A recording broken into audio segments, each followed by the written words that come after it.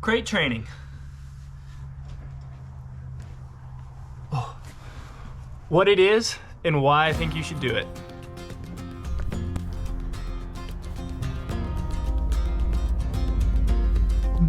What are you doing?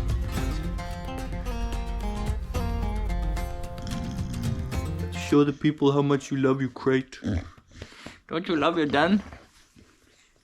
All right, everyone, we are going to be going over crate training today. And I know there's some of you out there who might not want to crate train your dog, and that's totally fine. You know, there's other ways to do it as far as, you know, housebreaking and making your dog feel comfortable in their own space. But this is how I did it. This is how we've done it with a lot of our dogs, and I'm going to show you how to do it in a positive way that they choose to go in it on their own. So if that sounds cool to you, let's do it.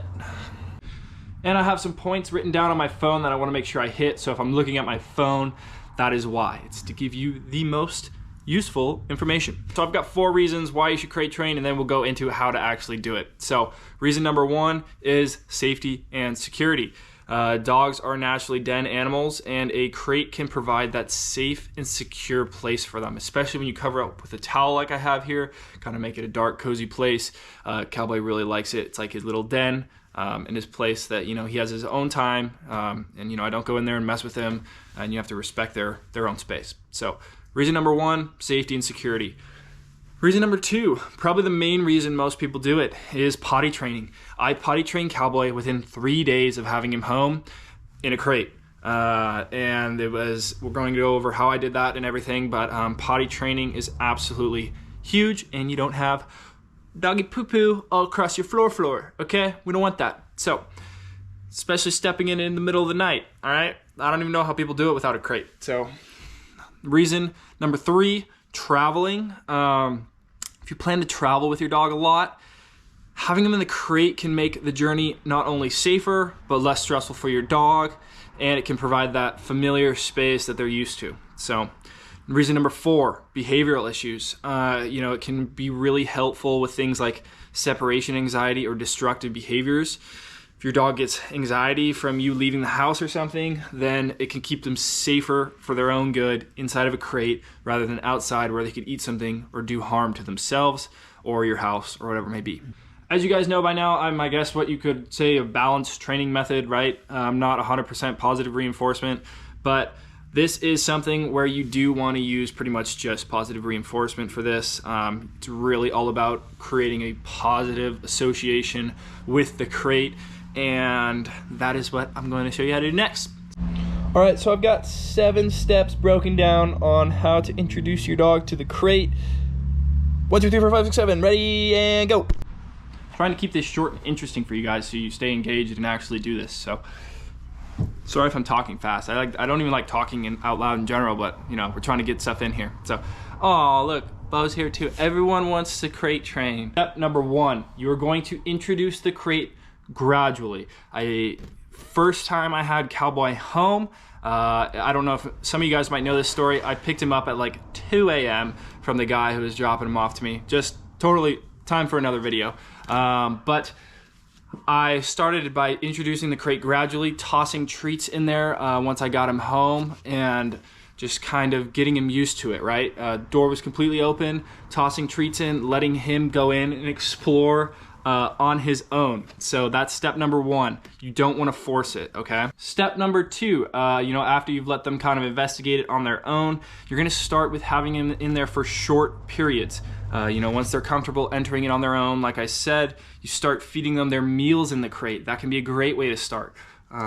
Or, you know, you'll also have the crate. It's all about associating it with positive experiences, and food is a great way to do that. So you're gradually going to increase the length of time that your dog is spending in the crate, and, you know, just starting with a few minutes, feeding them in there. As soon as they're done eating, open it up, and then gradually building that up to longer durations. Now, step 3 here, you guys are going to continue to use some positive reinforcements, and you can even start to mix in a command to have them go towards it. You know, you could say crate or kennel or place, although we'll use place for some other things, so I don't really recommend that. But, you know, sometimes they'll say, get in your crate or kennel, and that's a great way. And once they go in there, you know, give them a treat or use positive praise. So Step number 3, you can kind of start to introduce that command if you want. Step number 4, it's probably a good idea, at least right now, to not use the crate as a place of punishment, right? It's almost better to have a separate crate if you are going to do that. This is a positive place in their main one that they'd be sleeping in and stuff. You want it to be a happy place. So tip number 4 is not to use it as a place for punishment, just positive association. All right, step number 5, you're going to gradually increase the duration that they're actually locked in the crate, right? So you may put them in, close the door, walk to the kitchen and back, open it back up. You may close the door, go brush your teeth, come back, open it back up. And then pretty soon, before you know it, you might go walk around the yard and pick up dog poop while the crate's closed, and then come back and open it back up. Pretty soon you're going to run some errands, come back, open it back up. So it's really all about building up that duration, just as an athlete you would build up endurance. It's a very similar thing. So that's tip number 5, build up to longer durations. And so I guess 6 is kind of combined with 5 here, but tip number 6 is build up the time that you are no longer present, that they're in the crate, right? So with my other things, in tip number 5, I was saying you're building up the duration that they're in the crate, but you're still kind of around in the room checking in here and there. Tip number 6 is you're going to start to not be here anymore and building up that duration. So this is like, you put them in the crate, lock the door, pretend you're leaving, grab your keys, walk out the door, come back a minute later just to check on them, right? And then eventually you are going to run to the errands and store and whatnot. All right, number 7, I would always give Cowboy some really durable toys, or like I said, treats are another great thing to have in there with them, but you don't want to leave anything in there with them that they could possibly choke on or pull apart while you're away that needs supervision, right? So if you give them a toy, make sure it's something really tough that you don't have to worry about them in there pulling off a small piece or anything weird. But especially as a puppy and teething and stuff, having those toys to keep them busy are really helpful when they're in the crate.